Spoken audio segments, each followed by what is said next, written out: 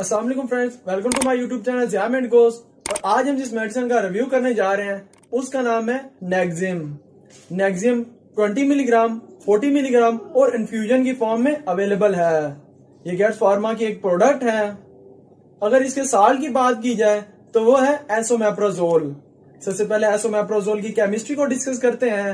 तो एसोमेप्राजोल एक proton pump inhibitor है जो कि रिड्यूस करता है स्टमक एसिडिटी को।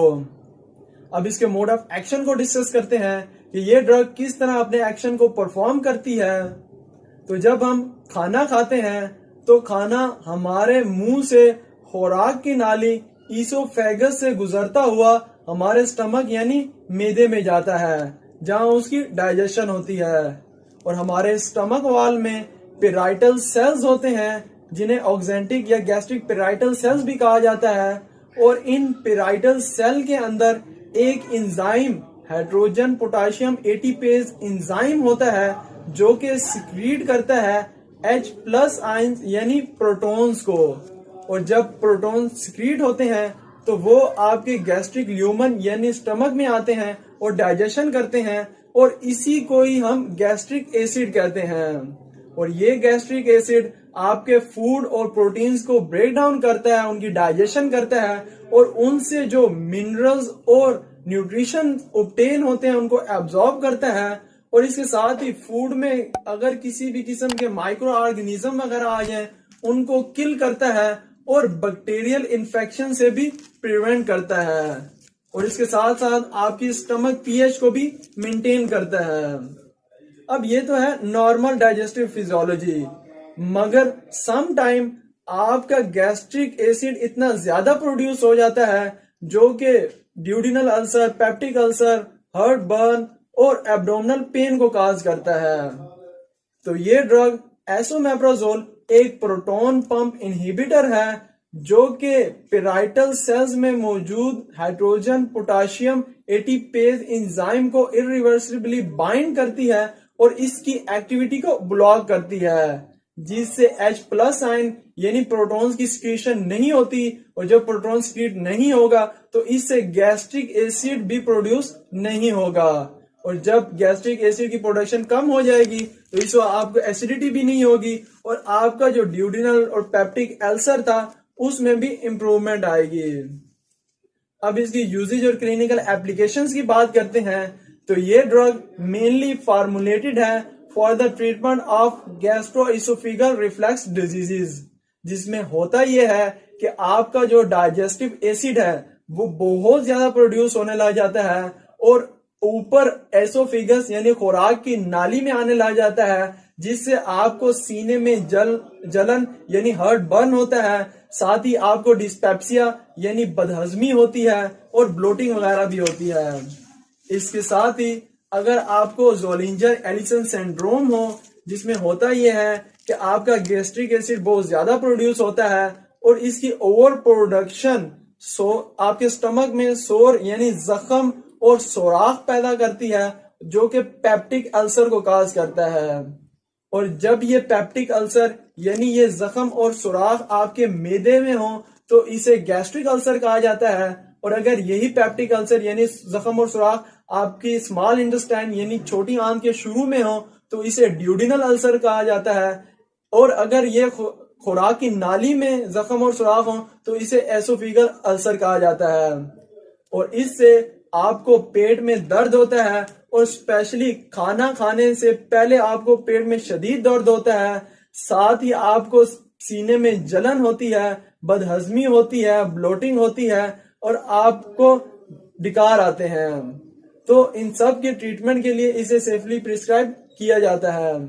और ये जो पेप्टिक अल्सर होता है ये बैक्टीरियल इन्फेक्शन हेलिकोबैक्टर पायलोरी, जिसे H. पायलोरी कहा जाता है, उससे भी होता है। और अगर आप बहुत ज्यादा non steroidal anti inflammatory drug यानी पेन किलर्स वगैरह यूज करते हैं तो इससे भी आपके मैदे में जख्म और सुराख हो जाते हैं। तो इन सब के ट्रीटमेंट के लिए इसे सेफली यूज किया जाता है। अब इसकी डोजेज और एडमिनिस्ट्रेशन की बात करते हैं। तो आपने इसे एम्प्टी स्टमक यानी खाली पेट या खाने से 1 घंटा पहले सिर्फ 1 गोली दिन में 1 मरतबा इस्तेमाल करनी है, क्योंकि ये ड्रग अपने एक्शन को 24 आवर तक मेंटेन रखती है और इसे 14 to 21 डेज तक ही प्रिस्क्राइब किया जाता है, इससे ज्यादा प्रिस्क्राइब नहीं किया जाता। लेकिन अगर आप इसकी ओवरडोज कर लेते हैं, इसे दिन में 2 मरतबा या लॉन्ग ड्यूरेशन तक यूज कर लेते हैं, तो इससे आपको हड्डियों की कमजोरी की बीमारी, ओस्टोपीनिया और कैंसर वगैरह भी हो सकता है। और इसके दूसरे कॉमन साइड इफेक्ट्स में हेडेक होना, ड्राई माउथ होना और कॉन्स्टिपेशन का होना कॉमन है। अब आपके माइंड में ये क्वेश्चन जरूर आ रहा होगा कि ओमेप्राजोल और इसोमेप्राजोल में क्या फर्क है। तो ओवरऑल बेसिकली ओमेप्राजोल और इसोमेप्राजोल दोनों प्रोटॉन पंप इनहिबिटर ही हैं और अपने एक्शन और फंक्शन को सेम परफॉर्म करती हैं, लेकिन इन दोनों में डिफरेंस जरूर है। और अगर इनके केमिकल स्ट्रक्चर के डिफरेंस को डिस्कस करें तो इसोमेप्राजोल कंटेन ओनली 1 आइसोमर जो कि एसोमेप्राजोल होता है, जबकि omeprazole contain 2 isomers which are esomeprazole and R omeprazole. और ये दोनों एक दूसरे के स्टीरियो आइसोमर्स होते हैं, यानी इनका मॉलिक्यूलर फार्मूला सेम होता है, लेकिन स्ट्रक्चरल फार्मूले में अरेंजमेंट और सीक्वेंस डिफर होता है। अब इसके एक्शन को डिस्कस करते हैं। तो एसोमेप्राजोल का जो एक्शन है और एसिडिटी कंट्रोल करने में ज्यादा इफेक्टिव है, जबकि ओमेप्राजोल का इसके कंपैरिजन में कम होता है। इसीलिए एसोमेप्राजोल को fastest acting proton pump inhibitor भी कहा जाता है। और अगर ड्यूरेशन की बात की जाए तो एसोमेप्राजोल का ड्यूरेशन लॉन्ग और क्विक होता है एज कंपेयर टू ओमेप्राजोल।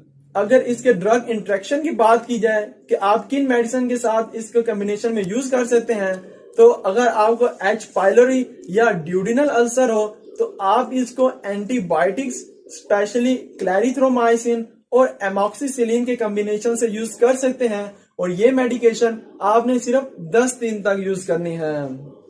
अगर इसके कॉन्ट्राइंडिकेशंस की बात की जाए तो प्रेगनेंसी में इसे सेफली प्रिस्क्राइब किया जाता है, लेकिन अगर आपको प्रेगनेंसी में हीमोग्लोबिन काउंट अगर आपका कम हो तो इसे प्रिस्क्राइब नहीं किया जाता। क्योंकि ये आपकी बॉडी में जो आयरन और विटामिन B12 की एब्जॉर्प्शन होती है उसको इफेक्टिवली एब्जॉर्ब नहीं करवाती, और जिससे आपको कॉमनली आयरन और विटामिन B12 की डेफिशिएंसी भी हो जाती है। अगर आपको मेरी ये वीडियो अच्छी लगी हो तो मेरी इस एफर्ट को अप्रिशिएट जरूर कीजिएगा। अपना और मेरे इस यूट्यूब चैनल का जरूर ख्याल रखिएगा। अल्लाह हाफिज।